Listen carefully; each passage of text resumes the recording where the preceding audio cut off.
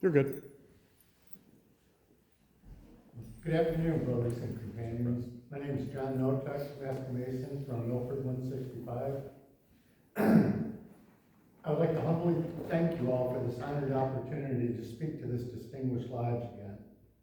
Last time I read a consolidated version of The Architect's Dream, a speculative reflection on divine self-awareness and the geometry of being, the first paper in the trilogy.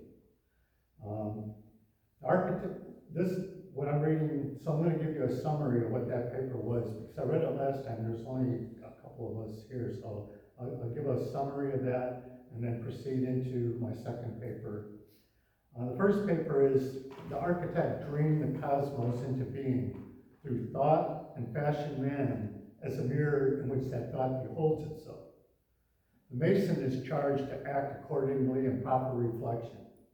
Paper 2, the mason is now charged to speak as an echo of the word. However, this paper establishes that such speech is not merely symbolic aspiration, but possesses structural possibility, require the discipline, recovery of language that the soul once spoke and the Masonic degrees were possibly designed to restore. Paper 3 will be if the individual mason can align speech with structure. The question then becomes whether a lodge or a civilization can do the same, and what it would take to sustain that. So paper 1 ended with a charge. Speak as one whose words are echoes of the word. That charge was left deliberately unfinished, for the harder question is not whether a mason should speak truthfully, that goes without saying. The harder question is, what kind of inner architecture must exist before his words can truthfully align with the word, and when I say the word, I mean the capital W, at all. What does it mean to speak as one whose words are echoes of the Logos? Today, I would like to summarize the architect's dream and lay a bridge to this next paper, the word that the mason speaks, recovering language the soul once knew. So part 1, the architect's dream recapped. Before creation, how did God perceive self? The architect's dream began with a deliberately speculative question. Before creation, before reflection, before otherness, how could the infinite perceive itself? The purpose in the architect's dream, a speculative reflection on divine self-awareness and the geometry of being, is presented in a mythical framework so as to explore creation as a reflective act of divine self-awareness, cogitant ergo est, and to interpret this Masonic geometry, symbolism, and human consciousness as expressions of that ongoing cognition, as well as humanity's participation in this divine self-recognition.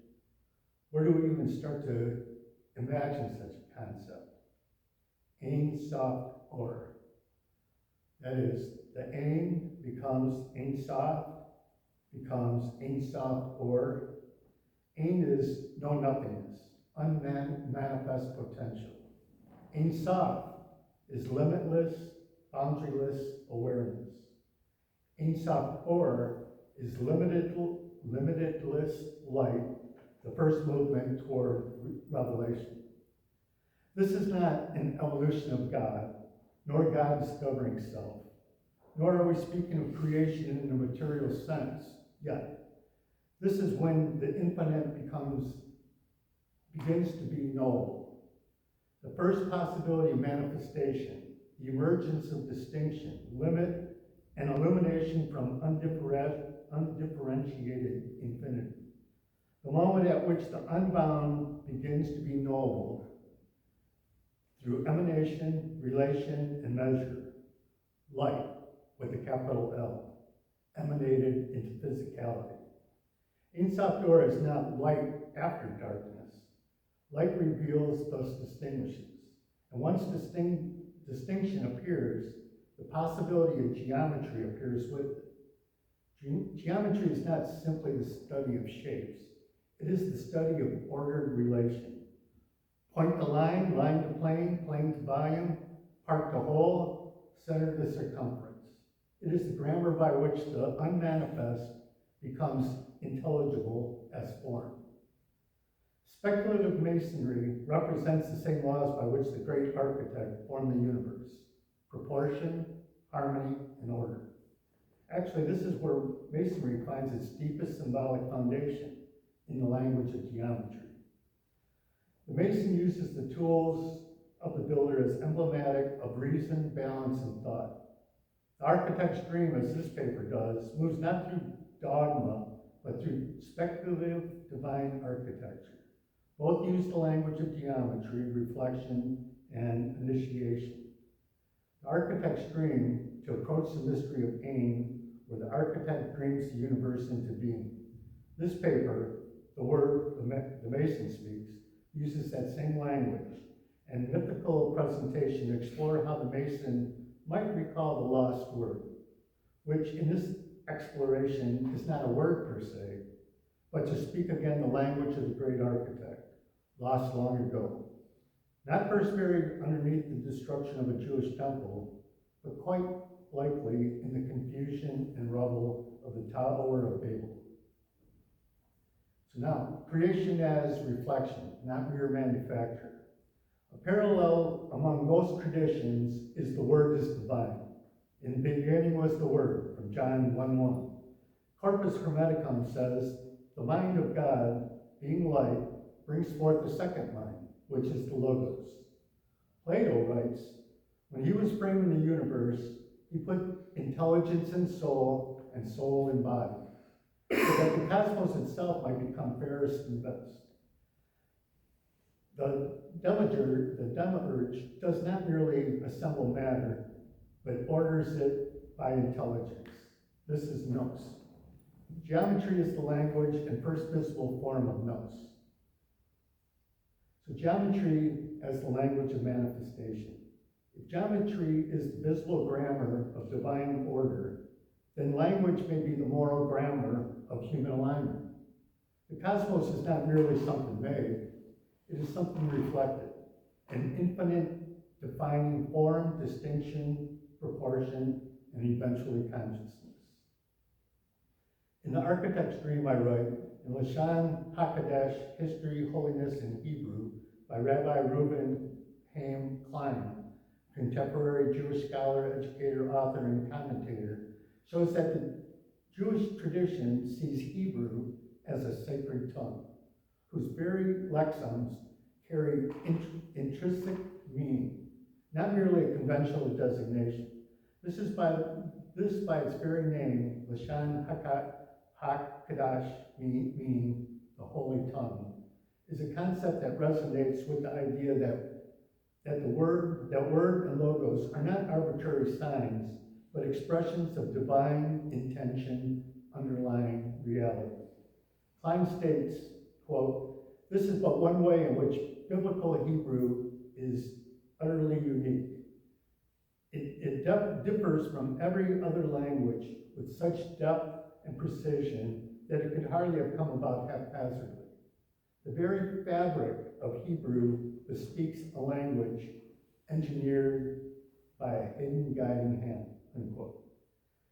This framework aligns with the logos of John 1:1, with the Hermetic proposition that mind precedes cosmos. Language here is not invention, language is architecture. Man is a mirror. Consciousness exists so that the unconscious can see itself. Carl Jung.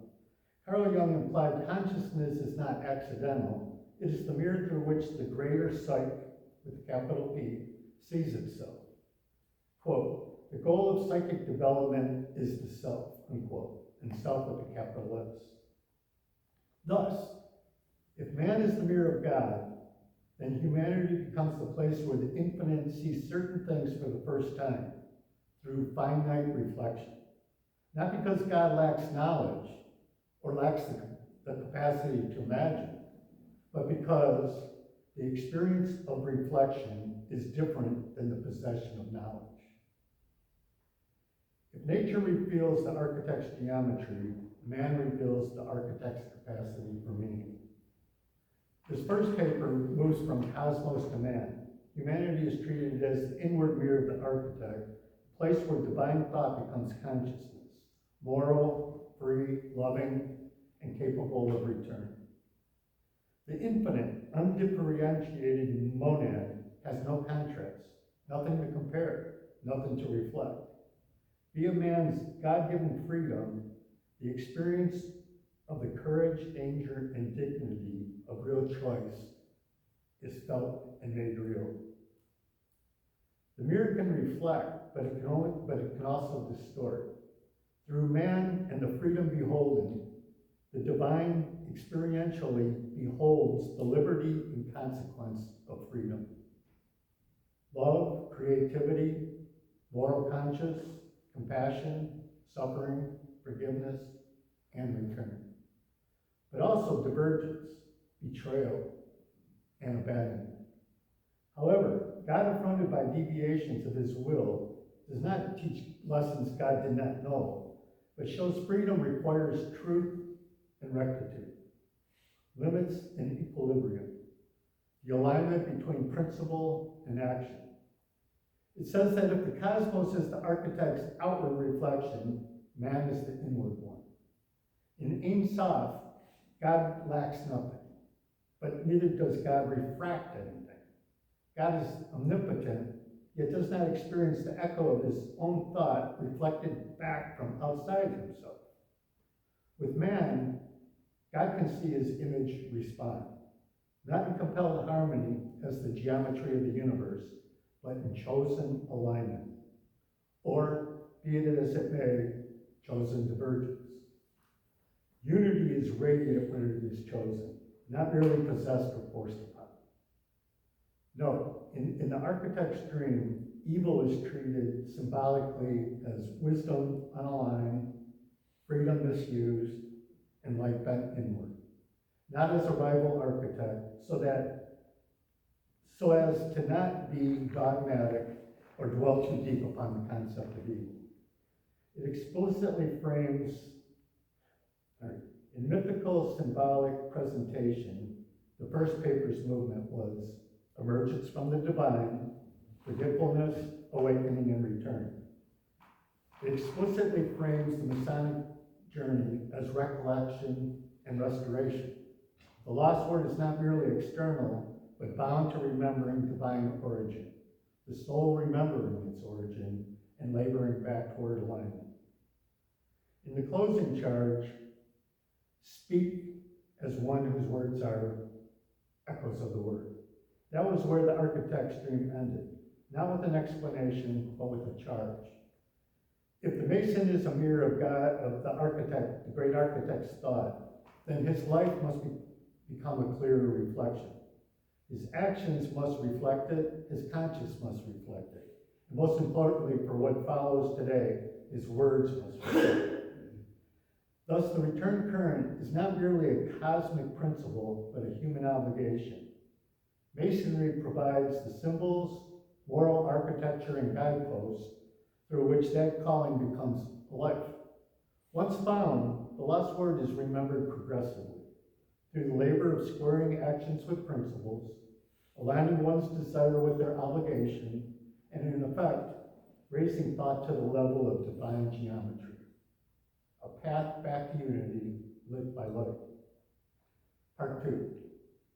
Thought before word. In principio cogitavit as the hinge. In the beginning, he thought. This is a concept not from scripture or canonical text, but of speculative formation. It is philosophical inference drawn from scriptural, mystical, and philosophical thought. In principio cogitavit precedes, in the beginning was the Word. We know John defines the Word as both divine and expressive. But before there was John 1:1, before Genesis 1:1, before a word can express intent, there had to be thought. Cognitive thought always precedes cognitive speech. In Principio Cogitative, cognitive thought outward is a contemplative attempt to describe what preceded in the beginning. What was the thought for creation? Here we find a bold inference. The divine act of cognition is equivalent to creation, reflected from God through the Word and back again, expressed here through myth, symbolism, and inferential empiricism, along with sacred writings and other related references. The Word is thought made active. It is intention crossing the threshold into reality, from divinity to physicality, from spirit to flesh, from the invisible into the visible. So before the Word utters, there must be that which the Word bears. Before expression, there is intention. Before sound, meaning. Before the world can be articulated into form, there must be an intelligible pattern capable of articulation. The Word, then, must be understood as the first tracing of divine thought into communicable form. John's logos, the Hermetic mind, the Platonic nous, and Masonic word all circle the same mystery. Reality is not mute accident, it is ordered expression. Speech can become morally dangerous. If this is true at the cosmic scale, then the fractal analogy presses upon the Mason at human scale. A man's words are not casual utterances. They are outward forms of inward order. Speech reveals what governs him. A man is measured by the integrity of his word. Thus, if one's own existence is a mirror in which the infinite contemplates its own depths, and one accepts this charge, then one's life is no longer just their own. Every thought becomes a reflection. Every act becomes an answer, in line with the divine will or a deviant distraction. Every step becomes a line drawn on the great architect's trestle board.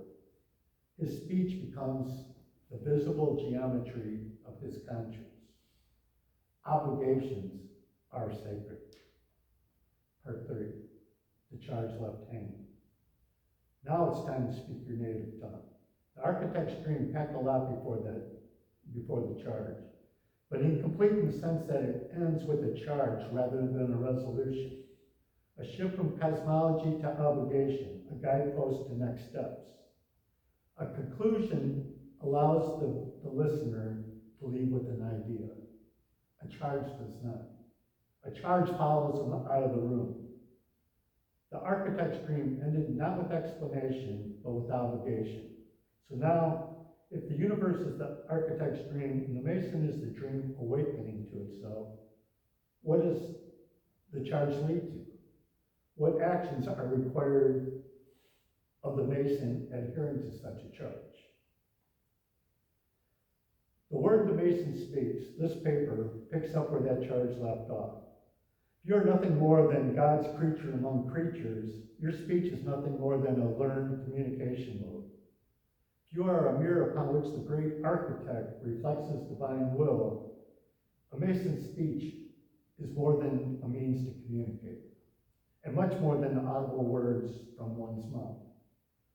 In fractal examination, if creation is of the word, an emanation of thought and intent, then likewise the Masons.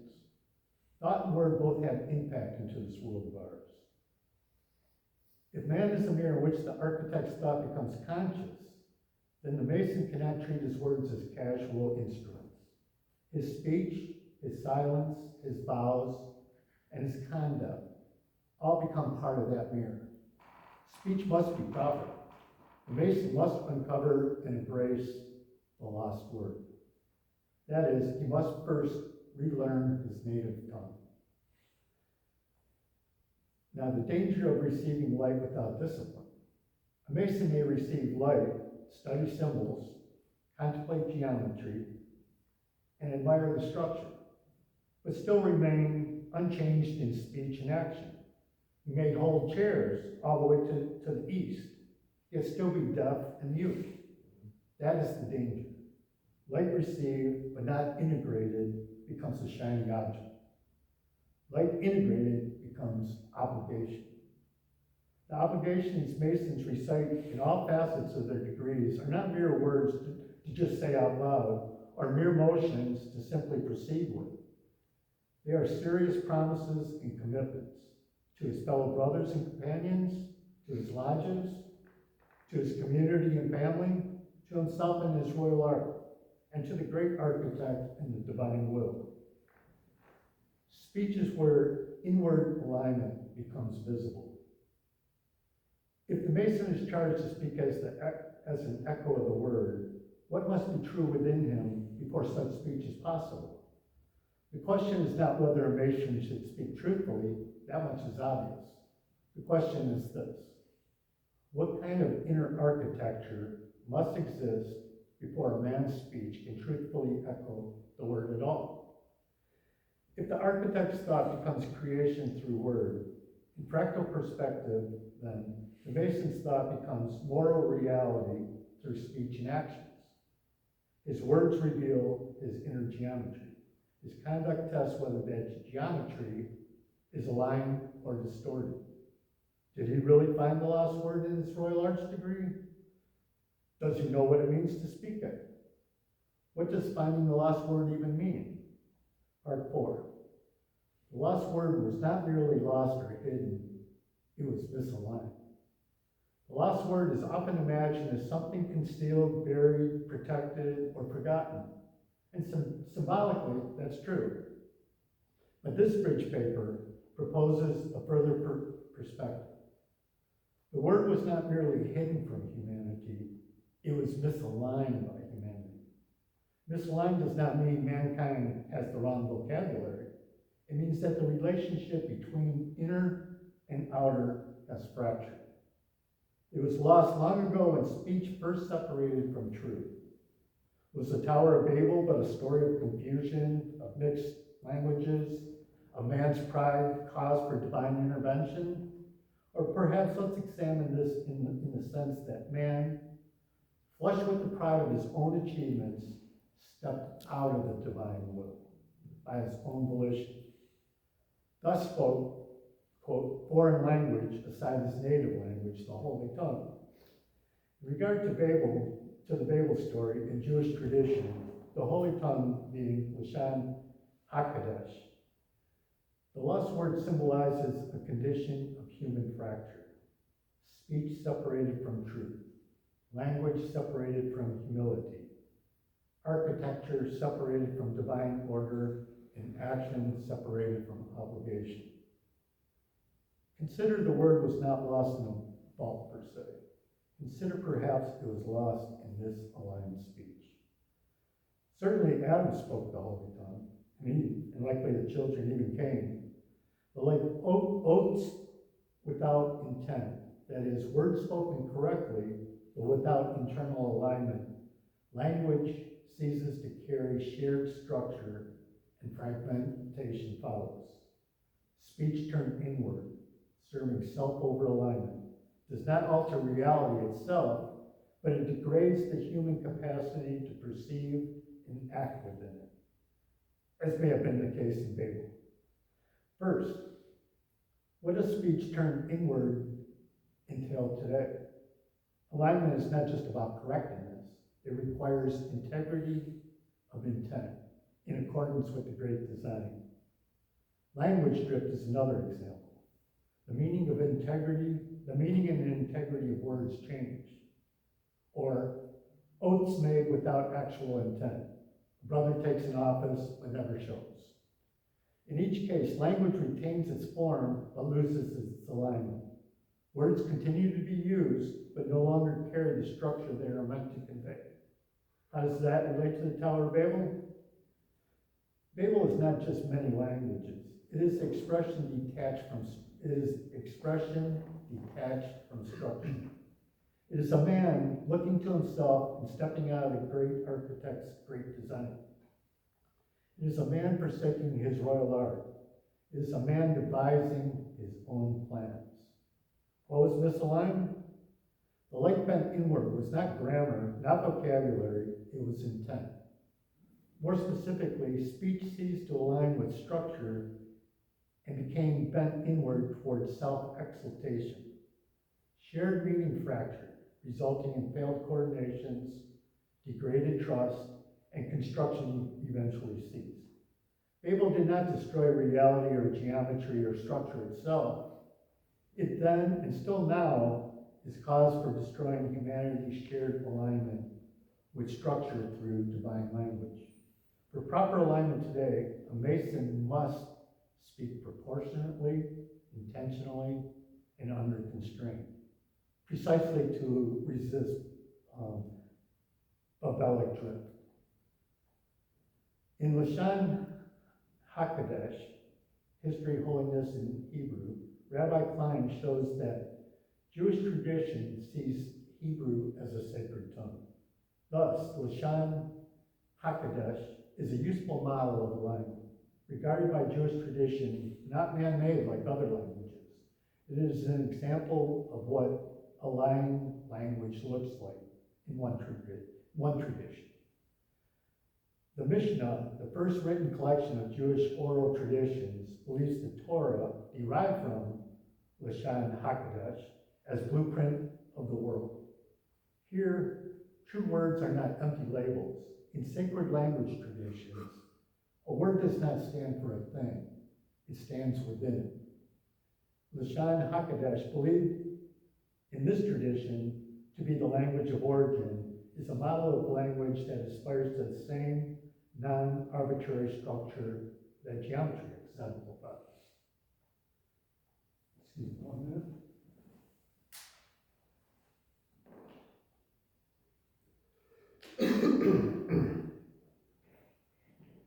The preservation of language of origin after Babel. In later Jewish and Midrashic tradition, young Abraham was hidden in a cave by his father to protect him from Nimrod, who feared a prophecy that Abraham would challenge idolatry and earthly power. While in the cave, Abraham grows in isolation from the surrounding civilization. Emerging later, he begins contemplating the natural world, the stars, the moon, the sun, and concludes that none of these can be the ultimate source, because each rises and falls. Through observation and contemplation, Abraham arrives at recognition of a singular underlying creator beyond transient forms. In some interpretive traditions, Abraham is also associated with naturally speaking or apprehending Lashon HaKodesh, not merely as a spoken language, but as an expression aligned with divine order prior to its corruption or fragmentation. Structurally, this story represents withdrawal from corrupted civilization, silence before articulation, contemplation of underlying order, and emergence into aligned speech and understanding. Hidden from the civilization descending from Babel, Abraham encounters reality before its articulation is fully distorted. His speech emerges not merely from culture, but from alignment with underlying order. Babel sought transcendence through outward, loud, and prideful elevation. Abraham found it through inward, silent contemplation. Abraham becomes the way forward, and with him, ancient wisdom and knowledge preserved to this day in a form and manner screened from the profane, meant to be found and recovered by the worthy, humbly, righteously, and seekingly. Part 5. There's 6 parts. We're at part 5. Language as architecture. Masonry, along with other ancient wisdom schools, shine guideposts on the paths to esoteric truths that define reality, which have been preserved for millennia. In this context, what does it mean to actually speak properly? A Mason must speak with integrity. That is, with intent and aligning and meaning aligning. A Mason must speak with proportion, no excess, no distortion. A Mason must speak under constraint, bounded by structure, not ego. So misaligned speech creates false expectation, obscures truth, and fragments shared meaning. Language can move reality away from alignment, not just fail to describe it. What does this mean in reality? Reality has structure. Structure requires both form and expression. Geometry gives the form. Language and its articulations interact with that structure. Alignment or distortion follows. What geometry is to form, sacred language is to meaning. Thus both an underlying structure through which reality is both ordered and expressed. Geometry provides a constraint. Proper language provides expression within constraint. Language is meant to participate in reality to the degree that it aligns with structure. Do deviations actually distort reality, or are they ultimately negligible? There are two levels of reality in this context. Ontological, structure itself, not affected by human speech. Geometry doesn't change, truth doesn't bend. And then there's human experience reality, perceptions, decisions, institutions, relationships. Here, speech absolutely matters. Individually, a misaligned word or speech may have little effect in the grand scheme of things. But collectively, like with Babel, they compound into structural misalignment within human systems. Loss of shared meaning, breakdown of trust, and institutional incoherence. Thus, a Mason need not speak carefully because he fears altering reality itself, but because he understands how easily human alignment with reality can be degraded. A Mason must speak not as one who shapes reality, but as one who refuses to distort it. For while truth itself remains unchanged, the human capability to perceive and act in accordance with it is easily degraded and easily misunderstood. Speech, therefore, becomes a discipline. A Mason speaks carefully, not because reality is fragile, but because human alignment with it is. So, what's the language for Masons to speak? Anamnesis. Craft degrees are structured anamnesis. Anamnesis in this study is the progressive recovery of alignment with underlying structure after fragmentation obscures it. The craft degrees are a structured remembering and recovery of language. The entered apprentice represents silence. Fellow craft represents proportion. The master mason represents loss and seeking. The York-Rite further offers deeper recovery of interior language. So number one, the entered apprentice, silence. This is foundational. Not because the entered apprentice has nothing to say, but because speech before alignment risks distortion. The hoodwink, darkness, disorientation, uncertainty, all matters here. The candidate enters stripped of certainty, removed from ordinary status, unable yet to, quote, see. Thus, the first discipline is not yet speech, it is restraint. Why this matters is before aligned articulation can occur, noise must be eliminated. Noise in one's life and in one's head. Ego-driven speech must be muted. An EA must first learn not all speech deserves utterance. Since the EA doesn't yet possess a sense of original proportion, discernment, or structural understanding, silence protects it from distortion and other misaligned articulations. This is preparatory alignment. 2, fellowcraft. proportion. The fellowcraft is the degree of measurement, relation, geometry, and harmony. Speech begins to become constructive. Speech fails most often not through outward falsehoods, but through exaggeration, imbalance, inflation, or reduction. Proportion becomes the discipline by which language conforms to structure. Not merely what to say, but how much, in what context, and toward what end.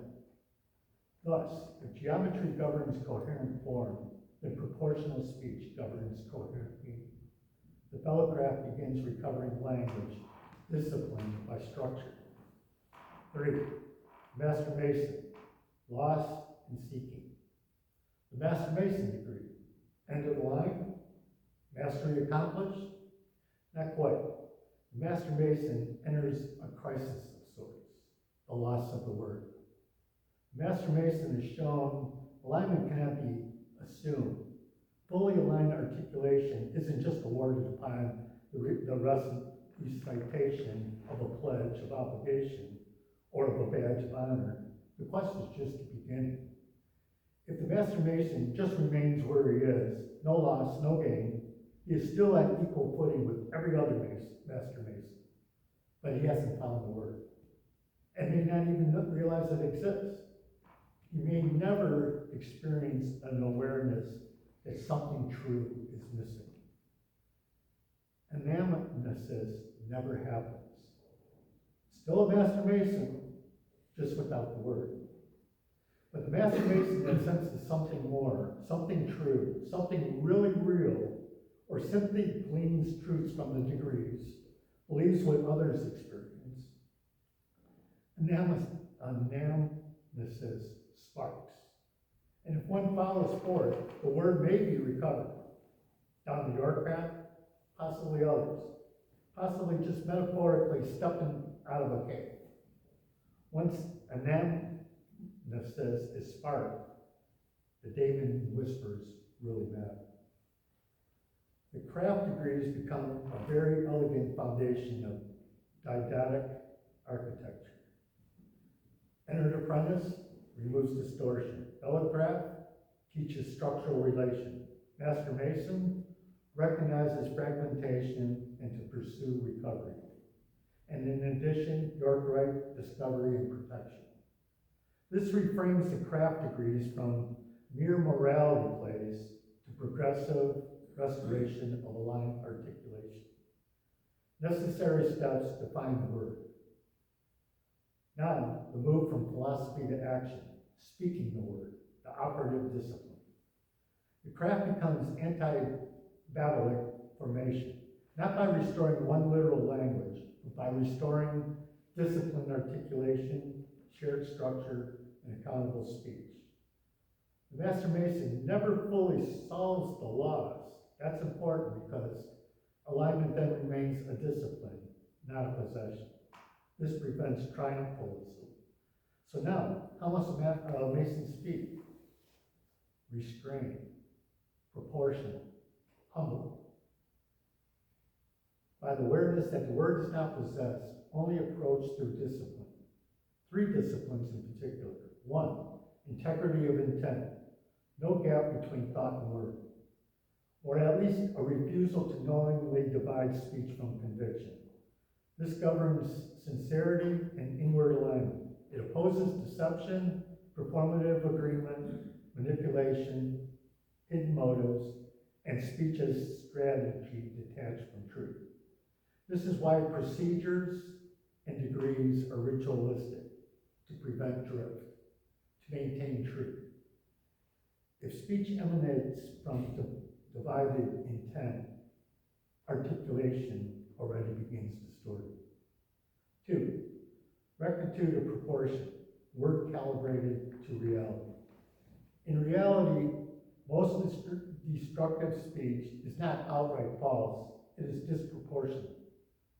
Proportion opposes hyperbole, reductionism, selective omission, rhetorical inflation, and absolutizing the partial. Just as misproportion architecture destabilizes structure.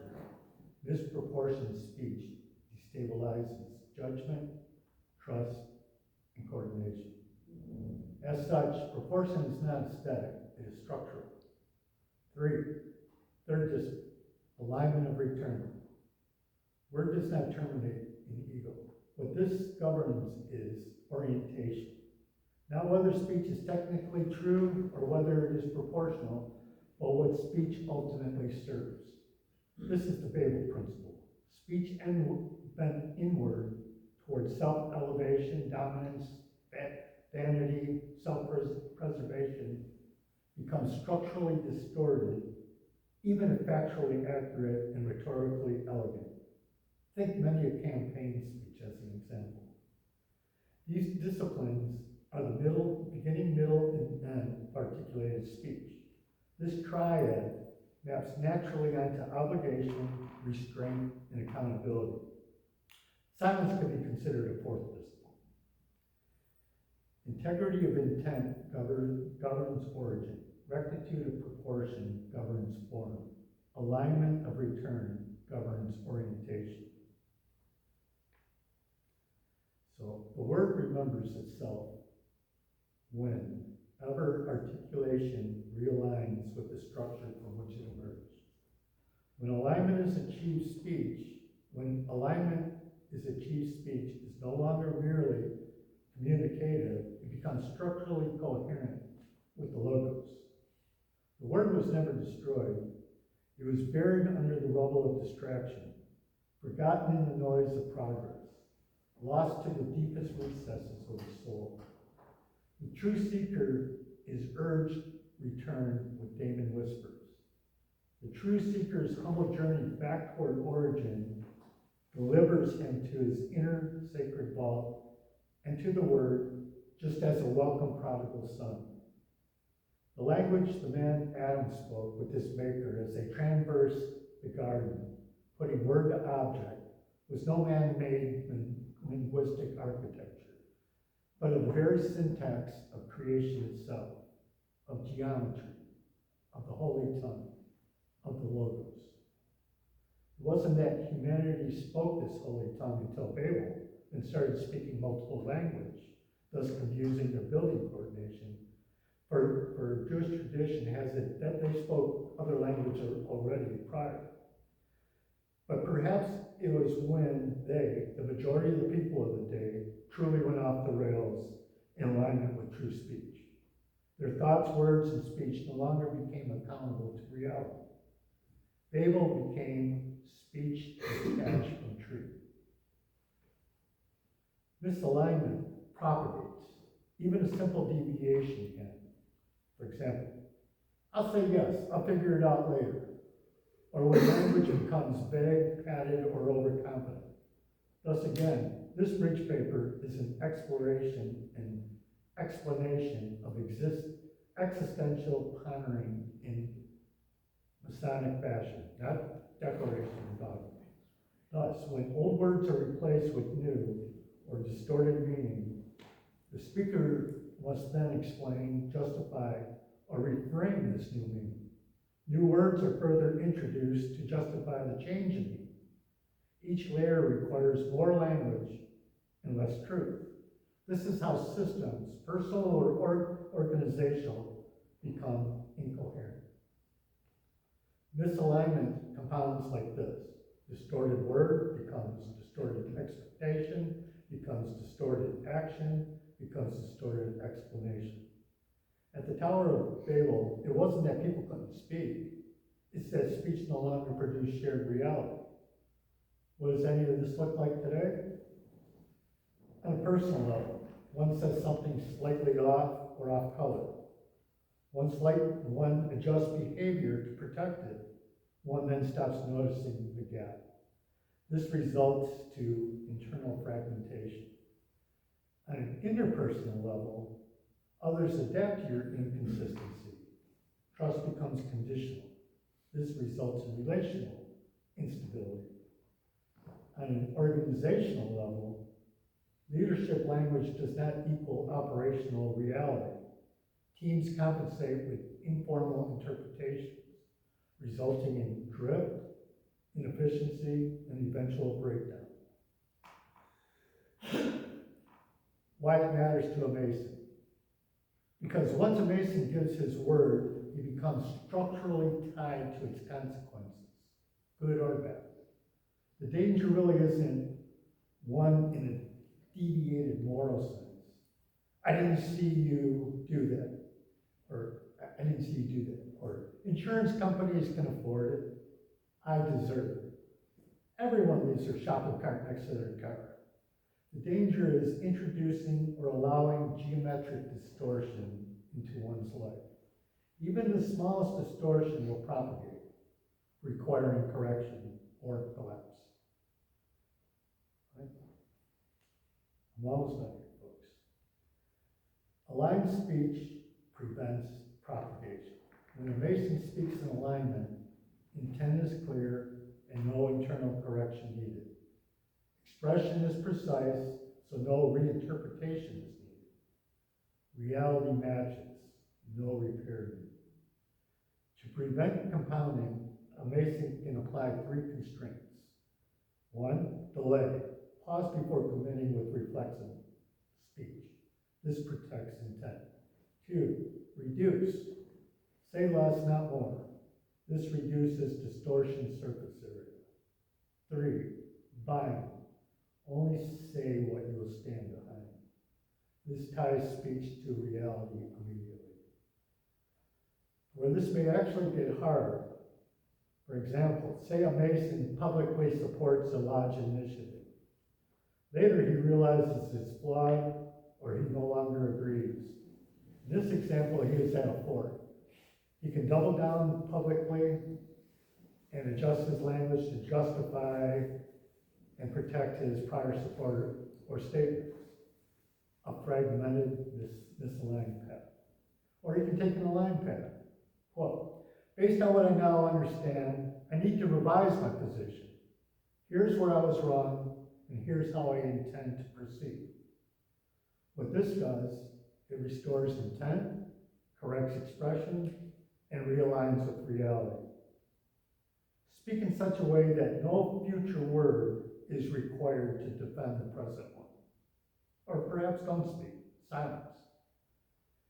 Masonry as a discipline of recovering aligned articulation after Babelic fragmentation is a solid guiding path.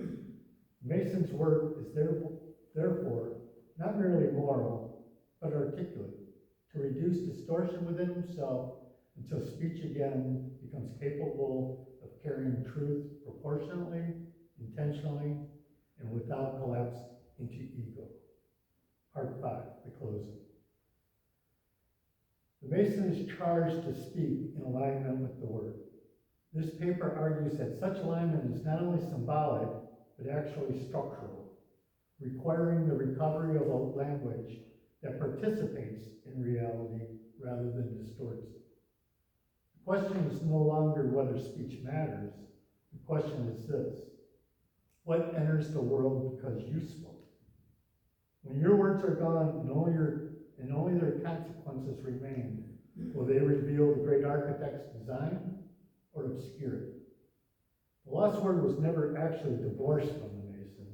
It has been waiting in every conversation, every promise, every obligation, every moment requiring truth instead of convenience. Where has the lost word gone? A natural pondering upon receiving the Master Mason degree. A more troubling question is whether it would be recognized when it is spoken. And still more troubling, would it be recognized in